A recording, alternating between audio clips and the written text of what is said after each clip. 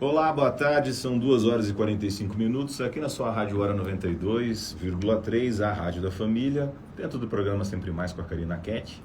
A gente sempre pede licença para ela, junto com a Bárbara Bejarano, né, cuidando das nossas mídias, para tomar um café. E hoje um café, como todo café, especial, né, com a pastora Fernanda Lima, do Ministério El Shaddai, um ministério que eu gosto, respeito muito, né, o Ministério El Shaddai, de tantos anos e de tantas histórias, e aqui a gente vai conhecer um pouco, né, através do testemunho, da fala da pastora Fernanda Lima, um pouco desse ministério, e um pouco dessa palavra que tem sido lançada há tanto tempo aqui em Campo Grande. Seja bem-vinda, pastora Fernanda. Obrigada, Rodrigo. O prazer é meu, imenso de estar aqui hoje com vocês. Gosto sempre quando sou convidada.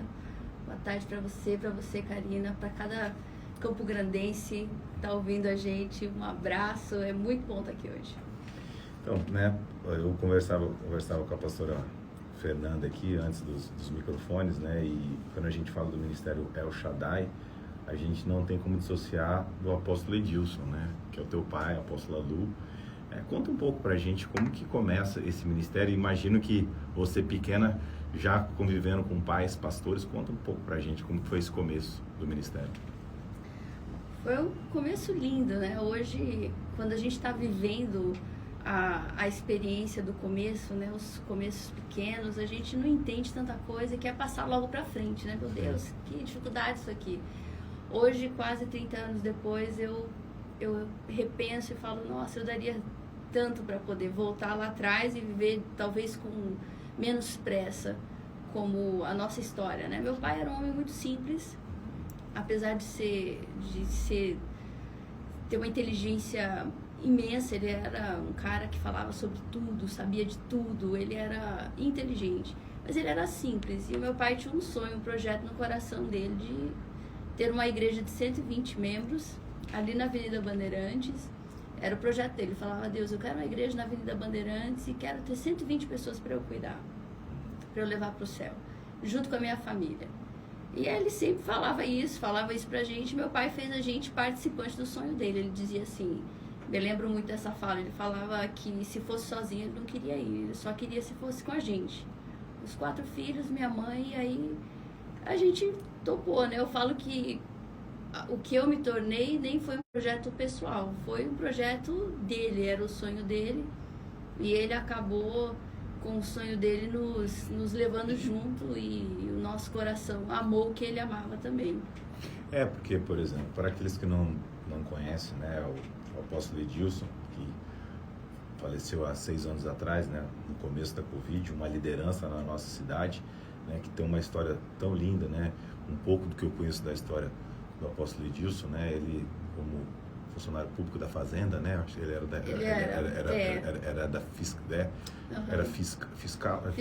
fiscal, e aí de repente ele deixa isso aí para assumir o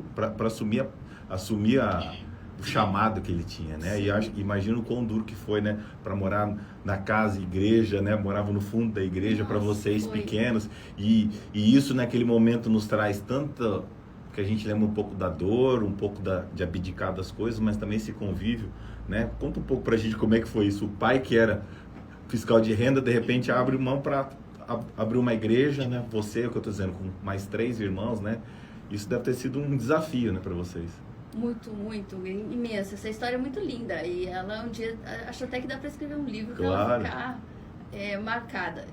E meu pai, ele era um cara, como eu te falei, muito inteligente. Então, sim, quando eu nasci, né, a gente vivia uma fase muito difícil da vida dele, mas ele era um cara realmente que se destacava. Então ele conseguiu esse lugar, esse trabalho, ele ganhava muito bem. Ele contava sempre essa história, ganhava 46 salários mínimos, trabalhava 7 dias, folgava 3, era um trabalho excelente, ele amava fazer, ele era ATE, meu pai, e trabalhava para a Secretaria da Fazenda. E um dia ele sentiu no coração o chamado de que Deus estava dizendo para ele largar tudo isso. Ele tinha acabado de comprar uma casa, acabado de comprar um carro, ele tinha até linha telefônica, naquela época era difícil, né? Era um patrimônio, né, a linha telefônica.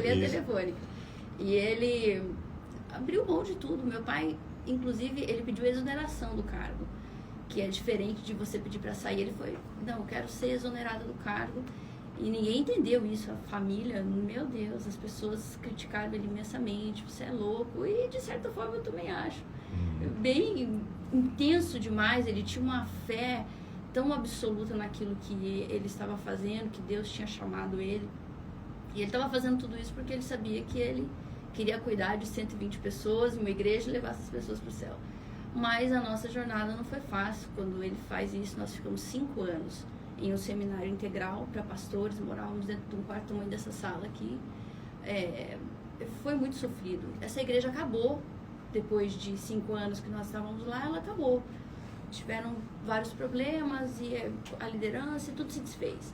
E meu pai ficou com uma mão na frente e outra atrás, sem emprego, sem nada, sem casa, sem família, porque as pessoas disseram para ele, né, você vai e você tá por conta. Então ele perdeu amigos, perdeu tudo. Recomeçamos do zero, nós 4, meu pai e minha mãe. E aí minha mãe fazia os salgados e ele saía na rua para vender. Mas eu entendo, eu não conto essa história de um ponto de vista de tristeza ou me lamentando. Nós tivemos muitos anos assim de muitas dificuldades, de muitas faltas. Mas eu acredito de todo o coração assim que isso nos transformou possibilitou o que Deus queria fazer conosco, sabe? Meu pai, várias vezes, ele saía para vender os salgados. Ele ganhou uma bicicleta, uma barra forte vermelha de um amigo dele. E ele saía muito bonitinho, penteadinho, andando com aquela bicicleta e as esfirrinhas. A minha mãe é uma cozinheira de mão cheia, então ela fazia tudo e ele saía para vender. E ele, várias vezes, ele batia na porta da casa das pessoas e ele encontrava amigos. Várias vezes ele encontrou gente lá do trabalho dele. Uma vez um cara falou assim, Deus, pelo amor de Deus, cara, você precisa ir num psiquiatra, você tá louco, o que você tá fazendo? E ele chorava, e eu tenho uma memória muito forte dentro de mim, do meu pai orando de madrugada e chorando. Eu falo que não tem nada tão bonito quanto um homem chorando na presença de Deus. Meu pai, ele ajoelhava e chorava um choro tão doído, ele tinha um coração quebrantado, e orava e chorava, e no outro dia ele continuava a fazer o que ele tinha que fazer, mas eu sabia que ele estava sofrendo, porque ele achou que ele tinha se enganado, que Deus tinha chamado ele, mas que ele não tinha entendido direito, foi um equívoco e que não tinha dado certo, então ele estava desesperado. Foi quando ele teve uma conversa com Deus e falou para Deus, eu vou estudar 1 ano para o concurso, para o mesmo trabalho, o mesmo lugar. Aquele vez aberto. E se eu passar, eu estava errado mesmo, né? É isso, e se eu não passar, o Senhor vai resolver minha vida. Meu pai estudou por 1 ano, ele fez a prova, ele gabaritou a prova. A única matéria, só que você não pode errar todas as questões em nenhuma matéria, né, nesses concursos. A única matéria que meu pai falava fluentemente espanhol, falava, escrevia, lia. Ele não acertou nenhuma questão de espanhol e ele foi desclassificado. E ele não ficou triste, ele ficou assim, esperançoso. Ele falou, bom, se eu não passei... Isso aqui é a resposta. Por causa de espanhol, que era uma matéria que eu sabia. Enfim, poucos meses depois aconteceu algo muito surpreendente. Entramos dentro de uma igreja lá na Avenida Bandeirantes. A igreja não tinha ninguém, tinha o pastor pregando, a mulher dele e umas 3 pessoas assim, todos meio desanimados. Terminou o culto, a gente falou, pai, não vamos nessa igreja, essa igreja não deve ter criança, não tem adolescente, não tem nada, pelo amor de Deus. E Deus falou para ele assim, olha, não despreze os humildes começos, Edilson, entra aí dentro. Ele entrou, terminou o culto, um pastor muito... Ele falou assim, você vai achar que eu sou louco, e pode ser que eu seja mesmo, mas eu tô aqui em Campo Grande faz 2 anos, eu sou de São Paulo, os meus filhos odeiam essa cidade, a gente não aguenta mais morar aqui, e eu só vim aqui porque Deus falou, abre uma igreja nessa rua, em Campo Grande, em 2 anos eu vou mandar o homem que vai ficar lá. Deus me disse isso. Então, quando você entrou aqui hoje, Deus falou pra mim, esse aí que é o homem que eu falei, então pode deixar a igreja com ele. Então, se é você, o meu pai ficou assim, chocado, mas ele sabia que era, e nós todos ficamos, porque meu pai, tudo que ele fazia, Rodrigo, ele chamava a gente.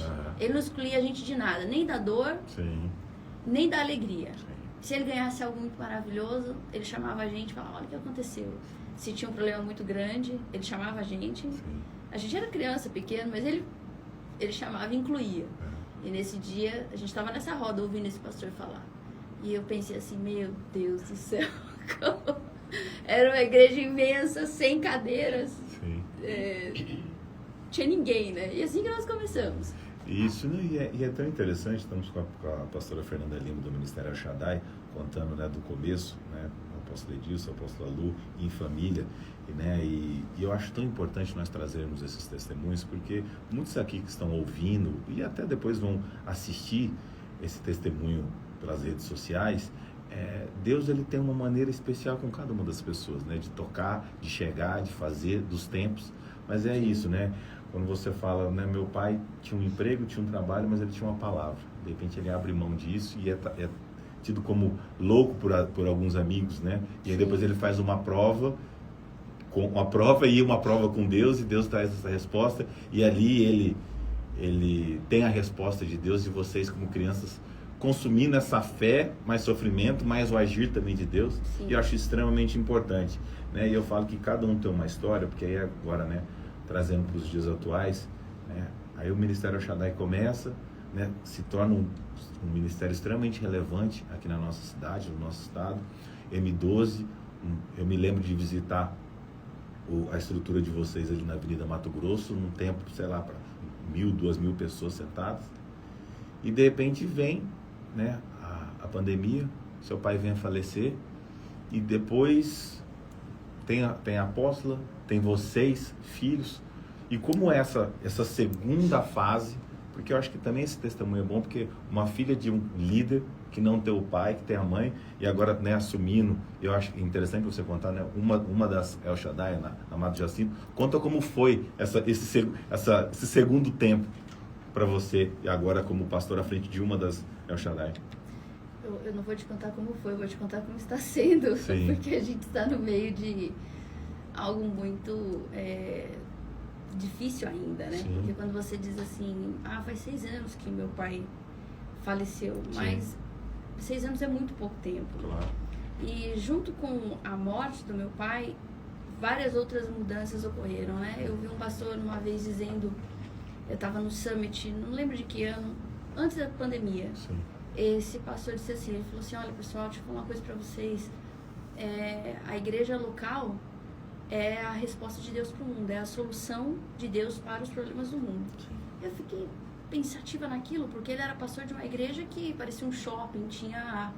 meu pai inclusive foi, pouco tempo antes de morrer, ele foi em Chicago, a igreja dele tem escada rolante, parecia um shopping. Sim, lá em Chicago, sim. Lá em Chicago. Uhum. E foi esse pastor que falou, a solução de Deus para o mundo, nos últimos tempos, é a igreja local. Eu fiquei ouvindo aquilo, depois veio um outro pastor e falou assim, num outro ano, né?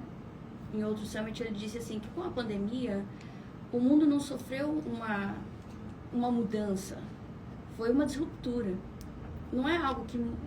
uma pequena mudança, mas continua semelhante. Ele falou assim, não, quebrou, é um tempo, uma era que se encerrou e outra começou. As pessoas são diferentes, é uma geração diferente, tudo diferente. A igreja está diferente, as pessoas estão diferentes. Sim.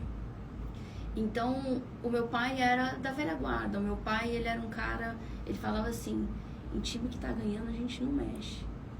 E várias vezes eu falava, pai, mas eu sou uma pessoa, meus irmãos dizem assim, você é muito estranha, menina. Eu falo, deve ser mesmo. Eu sou uma questionadora.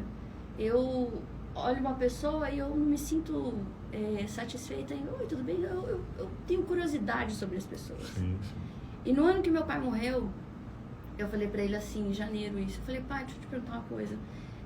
O senhor acha que se o senhor morrer, a gente dá conta de continuar isso aqui? Ele falou assim, não, que morrer, Fernanda?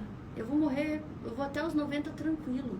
Não, vocês precisam de mim muito. Meu pai era um pai que ele adorava que a gente dissesse assim, pai, preciso disso. Pai, você acha que eu vou ou não vou? Pai, meu filho tá doente. Que você não, põe a mão na cabeça dele, eu vou orar. Meu pai resolvia os nossos problemas. Sim.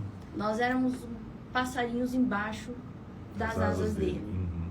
Deus pega e faz uma bagunça na nossa vida. Sim. Entende? Nós ficamos assim, completamente atordoados. E agora? A minha mãe é muito diferente do meu pai. E ela, com tanta coisa para fazer, ela não vivenciou o luto. Ela está vivenciando o luto dela faz pouco tempo que ela parou, sabe? Um pouco. O papi na política, é tanta coisa. Cada irmã viveu o luto de uma forma. A pandemia que mudou tudo, mudou a igreja, mudou a cabeça das pessoas. Então, a gente está vivendo assim uma completa mudança, uma reviravolta imensa. Que apesar de ser muito dolorosa, eu considero completamente necessário, sabe? Tem um texto na Bíblia que João Batista está tendo uma conversa com Jesus e João Batista fala para ele assim, não, como assim, eu vou te batizar? Não sou digno nem de amarrar as sandálias dos seus pés, não posso te batizar. Ele não queria batizar Jesus, óbvio que não. Sim. Quem que vai querer batizar Jesus, né? Descer Jesus nas águas do batismo.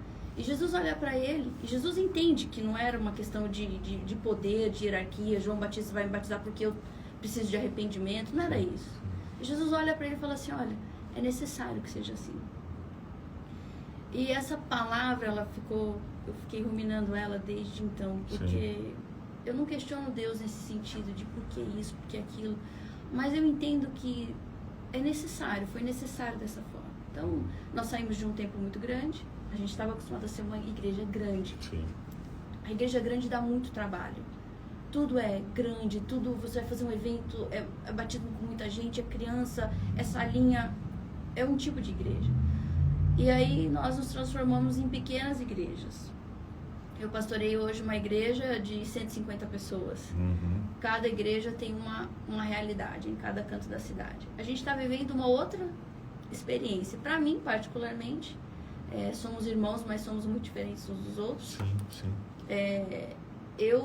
Eu tenho reaprendido tudo. Sim. Entendido tudo de uma forma muito diferente, sabe? Abri a minha mente, meu coração, porque a minha visão de mundo, de igreja, era basicamente a visão do meu pai. Sim. Eu passava por ele para ser quem eu era. Sim. Então eu precisei aprender a ser quem eu sou. Sim. Por mim. Claro. Então é uma experiência aterrorizante, mas maravilhosa. E é importante, né, Fernanda? Eu acho importante isso porque é aquilo que você falou, ficou muito na imagem do apóstolo Edilson, ele está na glória e a gente tem os exemplos dele, da tua mãe, mas as pessoas mesmo até perguntam, né, que você falou, tinha uma igreja, para mim, eu lembro da igreja da Mato Grosso e de repente, né, agora até se reformou, diminuiu o tamanho, tem uma El Shaddai. Hoje tem a El Shaddai da Mato Grosso, tem a da Mata do Jacinto, tem a da Jaci. E do Ibiruçu e do Caiobá. Ah, tá. Então são 5? 5. São 5, né? Você fica na Mata do Jacinto e tem outros pastores que lideram as outras El Shaddai, cada uma dos ministérios menores. E eu acho que isso também é importante do teu testemunho, porque também tem muitos filhos de pastores que às vezes estão escutando aqui e como vai ser? E é o que você falou, né? A gente não entende, mas é Deus quem capacita, a gente busca no Senhor, né, as palavras, não que a gente conteste, mas a gente aceita e vai, é o que você falou, transformando uma visão. Hoje, vocês eu vejo às vezes na postagem, estão sob a cobertura do Abud, lá de São Paulo? Sim, somos igrejas interdependentes, mas ele é o nosso pastor, né? Sim, somos a cobertura. Sim, é uma igreja El Shaddai, são várias no Brasil, né? Então, ele dá cobertura para as igrejas do estado de São Paulo e aqui somos nós. Mas sim, ele é nosso pastor já desde o começo, desde sempre. Além de pastor, ele é nosso amigo, muito querido. Que bom. E assim, né, para encerrar aqui antes da nossa oração, que conselho que você pode dar, até você falou, mas conselho que você pode dar para esses mesmos filhos de pastores que às vezes se veem como você e podem se ver assumindo os ministérios, se você poderia dar um conselho para eles. Que conselho você daria? Eu diria para eles que não é fácil, é muito difícil, você cresce dentro de uma realidade e basicamente nós vivemos a vida dos nossos pais, né? Vivemos os sonhos, os desejos, os projetos, não é um projeto pessoal. E nesse meio tempo aí da vida, quando você vira um adulto, você pode se equivocar e dizer, não era isso que eu queria, esse sonho não era meu. Você faz uma confusão na cabeça, porque você atribui aquele sonho do seu pai a algo pesado, difícil, mas eu te aconselharia a sair dessa experiência que você teve com teu pai, com a tua mãe, tirar o óculos que você colocou, que Sim. pertence a eles, e permitir que Deus fale com você, porque apesar de você ser filho de alguém, você parecer com seu pai, com a sua mãe, você é uma pessoa para além Sim. do seu pai e da sua mãe. E então isso precisa ser respeitado, e Deus é uma pessoa que trabalha com cada um de forma individual. Então eu, por exemplo, sou uma apaixonada pelo meu pai. Se você quiser falar do meu pai, a gente fica aqui horas, eu tenho história para contar. Parte de quem eu sou está relacionado com meu pai. As referências que eu busco, eu olho para ele, eu olho para minha mãe, e eu sei o que eu vou fazer por causa disso. Mas eu também sou a Fernanda. Sim. Por mim. Sim. Para além do meu pai, para além da minha mãe. Eu sou uma pastora, eu tenho uma experiência com Deus que não precisa passar por ninguém. Não precisa passar pelo meu pai, nem pela minha mãe. E eu estou criando isso. É a minha própria, o meu próprio chamado, a unção que está sobre mim, o que eu entendo sobre Deus, o que eu acho que Deus pensa sobre mim. Então, a gente precisa sair, parar de se debater. Sim. Com as nossas mágoas, se debater nas dores que pertencem ao seu pai, à sua mãe, sabe? Tentar fazer valer aquilo que já passou o tempo, não é mais, não dá mais para fazer dessa forma. Os tempos mudaram, as pessoas mudaram. Você precisa ter a tua experiência com Deus, buscar a Ele, não uma experiência com a religião, com a igreja, com o sistema, com Deus. Deus vai te guiar, sabendo que você é uma pessoa individual. Para Deus é com você individual que Ele vai fazer. Isso é muito maravilhoso. Estamos conversando com a pastora Fernanda Lima, né, do Ministério El Shaddai da Mata do Jacinto, e eu queria muito pegar isso, né, dessa parte, né, que você falou. Pai, mãe, falo muito tempo, respeito, mas aí agora é o seu momento, você tem as referências, mas diante de Deus buscar o que Ele quer de mim. Porque ele queria coisas do meu pai, Ele queria coisas da minha mãe, talvez não seja aquilo que Ele quer de mim, e buscar. E Deus é isso, se parar de se debater e falar assim, Deus, fala comigo, né? Como que o Senhor quer que eu haja, como que o Senhor quer que eu conduza a minha vida diante do Senhor. Eu acho isso fantástico, né, pastora Fernanda? Como os nossos ouvintes já conhecem, mas você não, esse final da nossa entrevista aqui, desse nosso bate-papo, a gente sempre termina com uma oração, que é a oração das 3 horas da tarde, coração da hora nona, que a gente vai chamar agora, em que você tem toda a liberdade de fazer uma oração pelos nossos ouvintes, pela cidade, pelas autoridades, um tempo tranquilo. Você fica à vontade para fazer essa oração para as pessoas que estão aqui. Fique à vontade. Pode orar? Pode. Deus querido, eu te louvo nessa tarde, engrandeço o teu santo nome, reconheço que tudo vem de ti, que tudo é para ti. Nós somos criaturas, obra das suas mãos, e nos sujeitamos ao teu poder, nos sujeitamos ao teu querer, à tua vontade. Nós não conseguimos compreender todas as coisas, a nossa visão ela é limitada, Senhor. E as nossas emoções também. Nós somos criaturas frágeis, na verdade miseráveis. Basta algo pequeno para nos atrapalhar, para confundir a nossa mente. Nós não sabemos lidar com aquilo que nos confunde, com aquilo que nos entristece. Somos crianças pequenas, como disse Salomão, quando ele estava orando a ti, ele falou, eu sou menino pequeno, eu não sei o que fazer. Nós também somos crianças pequenas, a gente cresce, mas continuamos sem saber o que fazer, quando fazer, como fazer. Precisamos de ti, Senhor. Mas às vezes estamos tão magoados, chateados, equivocados, porque nós nos relacionamos contigo de uma forma equivocada, achando que o Senhor é aquele Deus que precisa suprir tudo o que nós queremos. Vir e sustentar o nosso desejo na hora que desejamos e do jeito que desejamos. De uma forma utilitarista, nos relacionamos contigo. E não é assim que funciona. O nosso desejo ele precisa apontar principalmente para o nosso coração. Queremos ser diferentes, desejamos ser transformados por ti. O teu desejo não é somente nos prosperar e dar aquilo que queremos, o teu desejo é nos transformar, é nos fazer ser pessoas melhores. Aqueles que mentem, não mentirem mais. Aqueles que falam mal dos outros, não falarem mais. Aqueles que têm um caráter deformado, serem transformados. Senhor, nós queremos essa parte também.